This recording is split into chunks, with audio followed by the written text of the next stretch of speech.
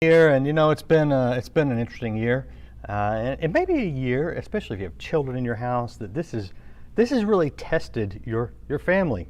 And I don't, for me personally, it's been kind of a great year in a lot of ways. Have had some wonderful time with my children. My children are all getting older, but we're gonna talk about the home in general, but also through these difficult times. And I have a wonderful woman and author and wife and mother, so she knows what she's talking about. She's written tons of books, several of them including 31 Days to Becoming a Happy Wife, 31 Days to a Happy Husband, to Becoming a Happy Mom. Her latest one is Parents Rising, and there are more coming out very soon, so we'll hit some of those. But Arlene Pellicane is my guest, and she left the professional world. She was associate producer for a television program that you may have heard of, Turning Point with Dr. David Jeremiah, a good friend of Life Today. And she left that to focus on her home. And that's not necessarily what the world tells you we should do. But you know what? You don't listen to the world, you listen to what God calls you to do, and that's what God called her to do, and she's been doing it and writing. So she's quite busy. Arlene, welcome to Life Today Live. Great to have you. So fun to be here. Thank you. I tell you what, God always comes through. And that was an easy choice because my husband and I had talked about it that, okay, when we get pregnant, we'd like you to, both of us wanted me to be able to be there for the kids. And God's been so gracious to let me write and speak because it's been the perfect kind of side project to do to keep my mind going in a different direction, but also give me the flexibility with the kids. So people always ask me, how in the world did you do it? And I'll say, like, God did it. I wrote during nap time and God did the rest. I, So he will uh, honor. Honestly, I'm just the dad, and I've written books, at home. I got to the point where I had to go to the coffee shop or somewhere because with four kids running Right. around the house, it was almost impossible to focus. So if people think you took the easy out and went home and wrote and raised a family, they have no idea. So why did you decide that you wanted to focus not just on having a happy home, Yeah. that's self-evident, but on writing about helping others have a happy home and all the Yeah. different roles that requires to build a happy home? Randy, I was very blessed. I'm an only child, but I was raised in a very happy home. My mom is like Tigger, so she's very like, oh, this is so exciting. Like, so I grew up in an environment that was very filled with joy and that was very natural. And then as I grew up and you look around, you realize, oh, a lot of people didn't grow up in homes like this, that maybe there was tension, there was divorce, there was brokenness, there was hurt, all these things. And so it kind of set me on that path of I wanted to help people that even if they weren't raised in a happy home, that they could learn, because how wonderful with the power of the Holy Spirit, everything can change. And your brain, God equipped you with a brain that can learn new things and learn new patterns and be transformed by the renewing of your mind. And so I thought, let me help people know that even if you didn't come from a happy home, that you can create one. And that obviously I could not do by myself. So I interview a whole lot of people on my podcast, the Happy Home Podcast. I recently had Ron Deal on, who is an expert in blended families. I've had Dr. Gary Chapman and of course, Dr. David Jeremiah and lots of friends of yours that have come, but basically trying to ask experts, help us to create that happy home. Because if a child knows that he or she is loved by God, loved by their parents, they grow up secure, they are ready to go out and change the world, and they're ready to go out without all the things that they would have to struggle through otherwise. So to give them that start, that's my heart. You made a point that I think is really critical that people hear. I know my father grew up in a very broken home environment, abusive at times, back and forth between foster parents and his mother. How do we address the people who are in, because it seems like there's more broken homes now than there were even 30, 40 years ago. How do we really communicate to people that it doesn't have to continue? You don't have to repeat the same mistakes and fall into the same difficult patterns and pain that you experienced as a child. I think a key way to do that is through story. Like, even just someone hearing that, like, what? Your father, this famous man of God, grew up in a broken environment. And look at, you wouldn't know from his life because he's so loving and so compassionate and so giving and so empathetic. And then it helps people realize, oh, okay, I get this. I think that's why we love the people that are vulnerable, that say, okay, this is what happened to me, but this is what I have chosen. This is what I've become. And we find that so overwhelmingly winsome. So I think stories, one of my mentors, Pam Farrell, she has written over 40 relational books, but she grew up in a very, broken home with an alcoholic father. And because of her example saying, hey, I grew up with this, but I made a choice that when Bill, who also grew up in a bad home, when we got married, we took people out.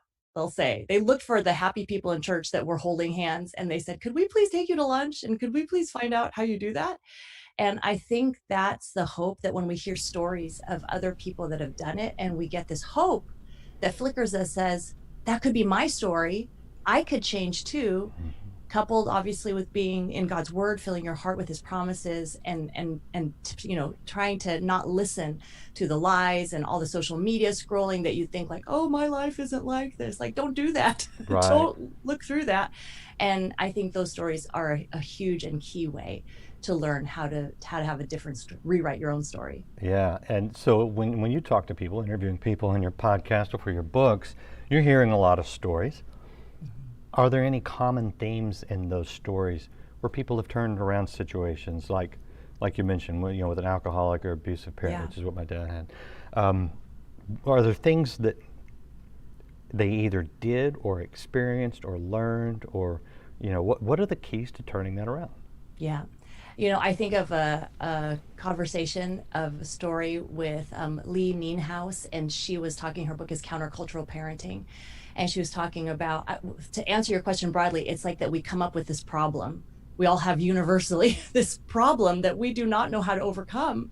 And we ask God and we seek help and we say, how can we turn this around? So I think we are constantly, whether it's in your marriage, in your parenting, you don't know what to do with the iPad, you don't know what to do with this distance learning, you've got a kid that is angry towards you, you come to it with a problem. And out of that problem, you're finding some kind of solution and you're sharing that solution. So that's what I am seeing in terms of what people are sharing. And then with Lee, total Christian home, very dedicated to God, not like a fringe kind of believer, like all in.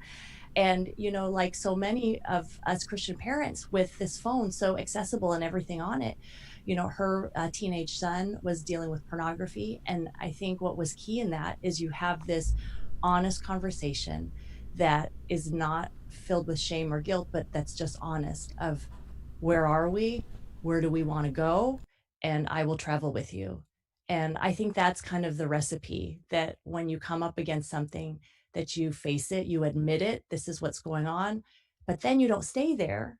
You say, God, how can what can you do to help me? And that brings you out. In one of my books, I talk about God, not Google, because whenever we come to a problem, what do, Randy? We're like, okay, my kid is sick. Okay, this is what I do. Okay, what school district should I go to? We Google all the answers for our problems. Should we make this move? And you Google the top neighborhoods. And there's nothing wrong with Google, that it's wonderful that you have this lovely encyclopedia at your fingertips. But when we simply go to Google to answer our problems, what kind of problems we face, the problems we're in right now. These are the problems. So we as a nation, we as a family, need to go to God first. As individuals, need to go God first, Google second. And it's funny, sometimes I have 3 kids, my youngest is 10, and just the other day we were trying to figure out, like, it was actually funny, we're like, what actor was in that movie? And we couldn't think of it, so she was like, oh mom, God, not Google, so we jokingly shot a prayer to God, who is that actor, what was his name, and then we Googled it. So but I was glad that she was listening, because the idea is that when you have those life issues, you go to God first and then Google, because This little job, the phone, the internet, etc. It's made us think like, oh, we don't have to be that smart or wise. We'll just look it up. But the truth is, wisdom comes from the fear of God. Wisdom doesn't come from your search engine. So that's something key as a family seeks to be happy. Yeah, the internet is full of knowledge, but not a lot of wisdom, Yeah, and there that's is a true. difference between the two. Yeah, So I'm curious. I know. I mean, you're a Christian. I'm a Christian. We would say things like "go to God" yeah, first, yeah. because that's our reference point. That's our rock, our solid foundation, and so that's very natural. Do you do you interface with a lot of non-Christians who would not don't believe in God? So they're like, why would I do that? That's just as good as going to the tooth fairy, right? Yeah, If so, what would you tell them? Because yeah, I'm frankly, I'm like, I don't, if you don't start with God, good luck. yeah. Well, I think, Randy, a lot of the people who pick up my books and who listen to the podcast, they do have that reference of being Christians and God. But I'm really hoping that there are people who don't know God, but who want to have a better home, they want to have a happier marriage, that they will pick up my books. That's my hope. And so I don't hear that much from people that say that, but I think about, like, in terms of letters saying, oh, I read your book and Hmm. I came to Christ because of it, or I was more open. But I will say, I do have friends who are not believers who have picked up my books, especially I have a new book coming out with Dr. Gary Chapman in October. It's called Screen Kids, and it's about helping manage the screens in your child's life. And that's a Hmm. hot topic no matter what your faith background is. Yep. So I will say that people will pick up those things and will engage and talk to me and say like, oh my goodness, what do I do with Fortnite? Oh, I can't get them to do their homework. And there's common ground there. Yeah. So I think that's a really beautiful way. And then that the peace and the reference point, just that steadiness that comes from knowing God, I think that's of interest to people who don't know God, Right. because everything's roller coaster, roller coaster. And then to see like, okay, wait, you're steady. What's that all about? And that's a great opportunity to say, it's God. Like, I rely on God. I rely on someone much bigger than myself that loves me and loves you too. Yeah. One thing that I do like to do, and I've done this quite a bit in my upcoming book, is I like to take a scripture, especially like a proverb, Yeah. and paraphrase it, Hmm. like give them the point of it Yeah. without going, well, in the Bible it says, because that turns them off. But if you go, well, and you just lay out that truth, if they Yes. recognize the truth, in my view, I'm bringing them a step closer to God by presenting God's truth. So that's an interesting technique. I'm still testing it out there. I want to Yeah. show people your website real quick. This is Arlene Pellicane's website, and when you scroll down, you see things like her podcast, The Happy Home with Arlene Pellicane, a video, and then I wanted to show you, here's a bunch of her books right there. So if you're looking for her books, that's all at arlenepellicane.com, and it's spelled right, like it's spelled like that. And I put it in the chat, so you can look back for the link there. So you reference your upcoming book, talking about Mhm. screens, talking about how to deal with the information age, and the last several months, so many families, depending Yeah. on where you're at, somewhat, uh, everything is on the screen now. I mean, we communicate that way. We're going to school that way. Maybe conducting work that way. Of course, our entertainment's that way. I mean, I don't know if some movie theaters are ever going to open again.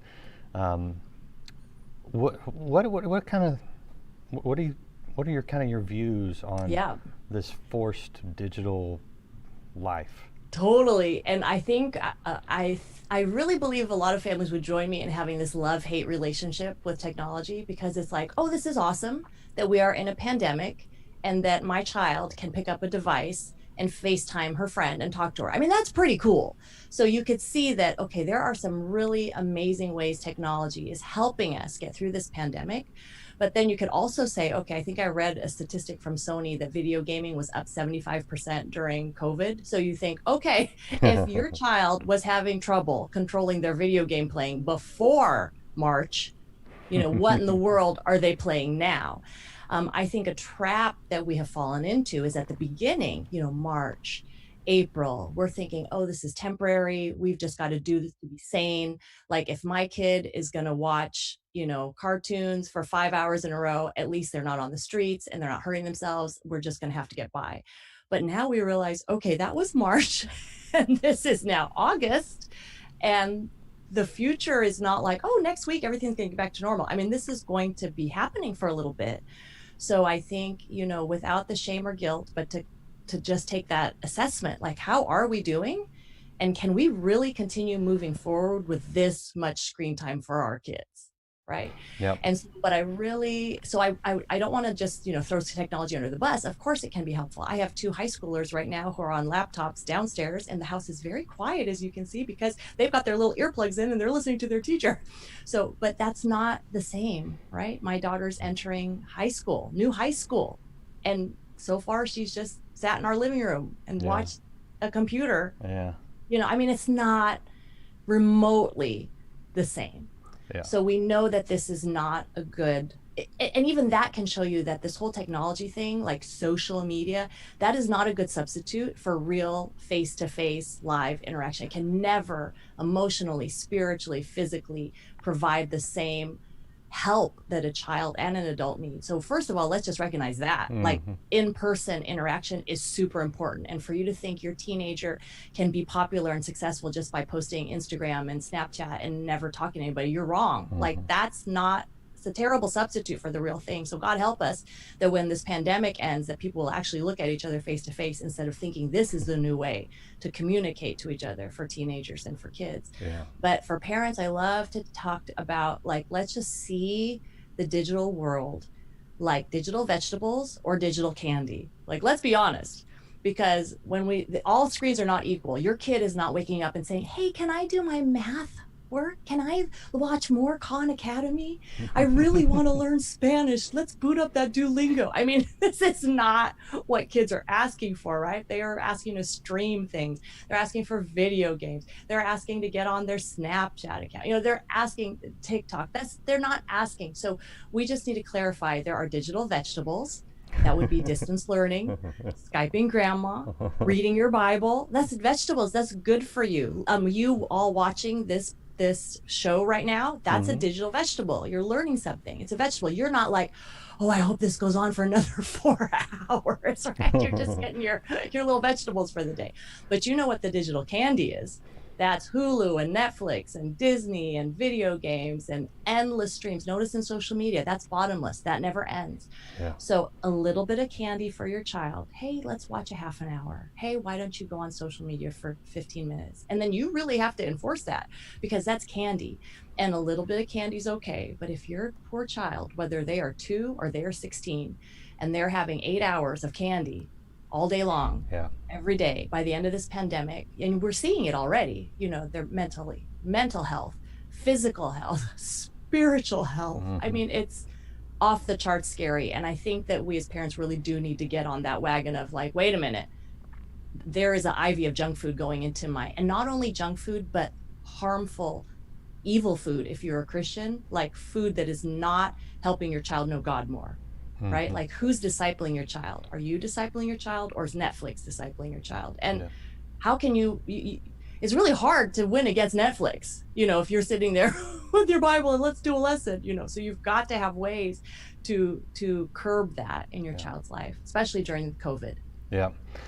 So I've got a good question from Kayla online, but before we leave this topic of the whole digital thing, I'm curious what you think about churches, because you're in California. Here in Texas, I'm going to church on Sunday, but not you guys, unless you're breaking the law. How's that impacting you guys? So we have been online since March, right? And that's so weird because my family came to Christ when I was in about 6th grade. And I mean, every week we go to church. So I think like, my goodness, I haven't been to church in person since March, right? So we do it online and we do it Sunday mornings and we try to make it around the same time, 9 o'clock, 10 o'clock, something like that. So there's a feeling of a routine. There's 5 of us in the home, so we do that. But our church has, I think it's okay to say, no, but our church has an outdoor service that is on Saturday nights that we have attended. They've just started it. And it was amazing. Like we came in our lawn chairs, everyone's wearing masks, you're socially distanced, but you're worshiping and you're hearing the message like with a real person, with your pastor standing, in front of you. So we've loved that. So we're very glad we are doing the outdoor service, and we really like that. Yeah, there's a lot of scriptures that talk about the gathering of believers. I think there is power in the physical gathering. So, It's so encouraging. Like you leave and you feel so encouraged and like, okay, I feel alive again. Yeah. Instead of you're just in your house and you're looking at your TV. Right. Yeah, no, it's the difference between FaceTiming someone and actually going and visiting their house. Yeah. I mean, there's a definite difference. All right, good question from Kayla out there. She basically asks, when we're going through difficult times as a family, turbulent times, turmoil, right? How do we show other people that God is still at the center of our family when we're experiencing such difficulty? Yeah. And Kayla, thank you so much for asking that question. And I think you can be honest. You don't have to say to the outside world, like, oh, everything's fine. Like, you don't have to do that. So you can say, like, this has been awful. This has happened. This has happened. He's acting this way. She's acting this way. And I'm telling you, you can be honest with your friends, with your family, etc.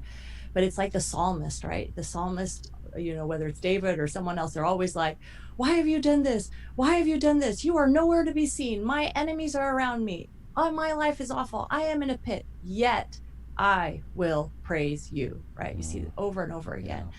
So I think that key is like, man, this is all is going on. This has been awful, but I will set my heart on trust. I will set my heart on praise. I will set my heart to say God is bigger than these problems and he's going to see us through. When my child is angry, when my husband is angry, whatever's happening, you can say like, oh, I'm so sorry and I want to work on this. But in your heart, you're like, God, I trust you.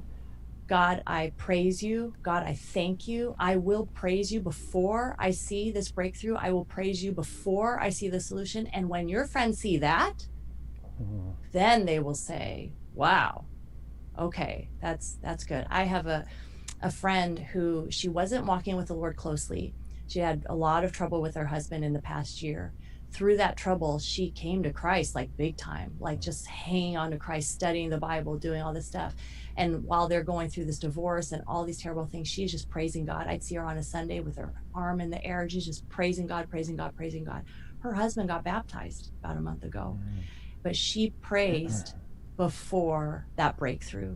So I would just encourage you, Kayla, and all of you, we're in the same boat here, that praise, trust, and be honest. God can handle, like, be honest with your, like, God, I need your help. Like, be honest with that. You don't have to pretend like everything's okay. Yep. She is in agreement with you, Kayla. So thank you for that encouragement. I think that applies to everybody because even though we're Christians, we go through difficulty, and yeah, we bring it on ourselves most of the time. My husband calls that engineering your own prayer request. he'll say to my kids, that's kind of a stupid thing to do. You're engineering your own prayer request. That's funny. It's funny because it's so true. But I mean, and I think the difficult thing, I have 4 kids. They're all in their 20s now, and we still, we're like, my wife and I are like, I don't understand why our child would do that, would make that choice. And when they're adults, you really feel helpless because you can't just say, you can't do that, go to your room. Right. And it's hard when you love these little people so much. It's hard to accept that they are their own people and they're going to make their own choices and they're going to make some mistakes. Let me ask you this, because this is something my wife and I we didn't argue about like in a difficult way, but it was something that we kind of had to work through, and that is the idea of letting your children make small mistakes. You voice your opinion or you voice your warning, but let them make the small mistakes, hoping that they will learn, so that when you voice your warning or your opinion on a big mistake, that they'll trust you and listen and not just go into automatic rebellion mode. Is that something you've ever dealt with? Almost not allowing something wrong, but when you're like, don't do that, how much do you step in to intervene, especially the older they get? Yeah, so I have a 15 and a 13 and a 10-year-old. Oh, you're about to And step into this one then. yes, yeah, exactly. And then exactly. One is like getting his learner's permit soon. We're in that stage.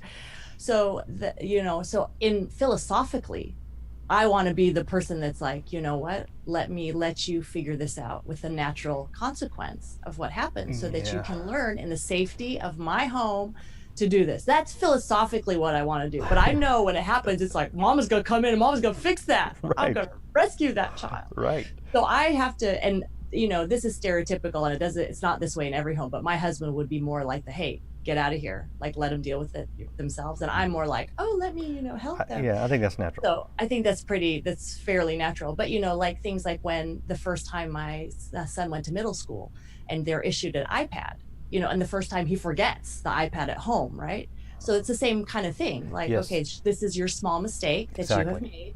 So am I going, so I go through this in my mind. Am I going to bring it? Am I not going to bring it? But see, philosophically, I'm trying to make those things meet. So I say, nope, I'm not going to bring it. That way he will learn that he will need to bring it himself. So I worried all day long. I just thought to myself, and we're the weird people that have really found this to be awesome. Our kids don't have phones. So he can't text me from middle school to say, Mom, I don't have my iPad. So I'm worried, like, what if he has a test or what if he needed it? And I'm just wrapped up in worry, but just totally firm, like I will not bring it to him, but I am wrapped up in worry. First thing when I see him, when he comes home, he rides his bike to school, he comes home and I said, oh, did you need your iPad today? He's totally calm. And he's like, it was fine, Mom. It wasn't even really a big deal. And I was like, I've been worrying all day. And you're just like, it's not a big deal. But I will say he did not forget it again, right? So there is something very good for us, especially us moms, to step back and say, let me make this mistake now. Let me let you make this mistake now. But there are other times where you do have to step in. Like, let's say, we touched on pornography earlier. Let's say, your child is struggling with that during COVID. Right. I think that's not a time for you to step back and say, well, let's see how this mistake goes. No, absolutely. That's, I think when there's like a danger, there's like an addiction, there's like something like that, I think you step in and you swoop in and you you listen and all those things. But when it's like, oh, you understand those regular decisions and even money decisions, giving your child a budget and you see your kid blows it, but then, hey, look at that. Guess you can't go to the birthday party because you can't buy a gift. Hey, look at that. You can't go to this particular sport because apparently you don't have enough money for the uniform. So I think those kinds of mistakes are good to have them make in your home. Yeah. Oh, and that's the difficulty is it requires discernment. Yeah. And I think I know children force parents, I think, into prayer a lot. They sure do. I think God does that on purpose sometimes. He does. So interesting. All right, I'm going to give you the last word here. I want to show people one more time your website and give them your name, your full name, Arlene Pellicane. That's Arlene how it's spelled Pellicane. right there. And I do want to tell you, grandparents out there, we also have a companion book called Grandparenting Screen Kids that also comes in October, co-authored with Dr. Gary Chapman. So, and for you parents that are like, what do I do with my in-laws? They give them all these devices. You'll want to gift them this book, Grandparenting Screen Kids. I think I can say this, but we just found out Tuesday that it's a boy, so I'm going to be a grandparent for the first time. This is so exciting. And it's a little boy, so this will be fun. That's a whole new phase. Awesome. Yeah. All right. Well, leave us, Arlene, with just one thing that people need to walk away from this conversation and carry into their lives. Yeah. Be that joy in your home. And if you feel like you cannot produce it, don't worry, you've got God. In his presence, there's fullness of joy. So get as close to God as possible. Put a smile on your face. It's an act of the will. The person at Nordstrom, when they say hello, when you're back shopping again, then they say hello and they put that smile on their face, they may not feel like it, but they do it. So in your home, that smile could really bring that security to your spouse or to a child or a mother or a father. So remember to smile today. And God bless you. And thanks so much for being here. Thank you. And I'm going to slip one more question here at the end. Do you have any good resources or any books that deal with worry? Someone who's having a hard time saying, I know I'm not supposed to worry, but I'm trying to think off the top of my head. I know. The first one that comes by, I don't know the title, but the author is Cindy McMinimum. So Cindy is Cindi. and McMinimum. However that MC. is, This right? is like a test. I She's gonna be know, like, sorry. Arlene, you don't know how to spell my name. M. Oh, this is so terrible because I'm on the spot. What do you know the name of the book? But it's some kind of worry. It's book. MCMENAMIN. Yep, it is. Once I wrote it down, I could do it. MCMENAMIN, and I want to say it's either got the word drama or free or worry, but it's good. All It's right. good. Well, I'll tell you what. And you know what? I'll look and I'll jump back on the Facebook page and I'll stick it in there. I have her Amazon page right there in chat right now, Nice. and so people can follow up. Sorry, Perfect. I don't usually do that to my guests, so I apologize. I'm like, oh, I'm worried. I don't know the name of my friends, how to spell it. No, that's great. Oh, well, and I only do that because I'm so terrible at remembering names and titles and things like that. Arlene, thank you so much. We appreciate, boy, such good insight, and just, it's wisdom. It's wisdom. It's beyond just information. It's beyond, you get into the understanding of things as to the why and how, and eventually to that point of wisdom where you take the things you know and apply them in the way that God would have us do it. So critical. Thank you so much. Thank you, Randy, for having me. Thanks so much. Great having you. And I'm going to let people, I'm going to go out with, not the Amazon page, but with Arlene's website, which you guys can visit to get to her Happy Home podcast. Yeah, all you of can her also books. check out accessmore.com. This is my podcast and a whole bunch of other curated podcasts just for you. Accessmore.com. That's in chat. Awesome. Thank you guys for hanging out. I'll see you again next time on Live Today Live.